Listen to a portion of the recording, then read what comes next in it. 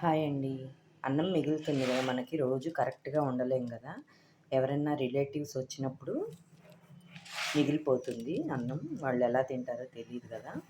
అప్పుడు మనం అన్నం వేస్ట్ చేయక్కర్లేదండి, పడేయక్కర్లేదు.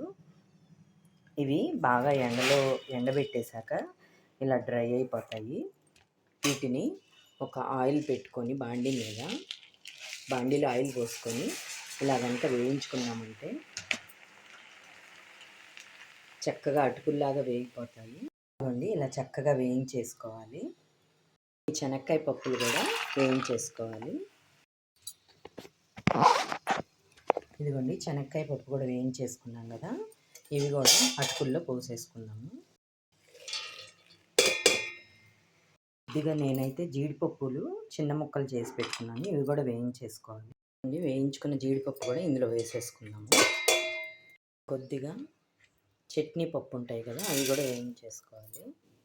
ఇవి కూడా వేసేసుకుందాం ఇందులో.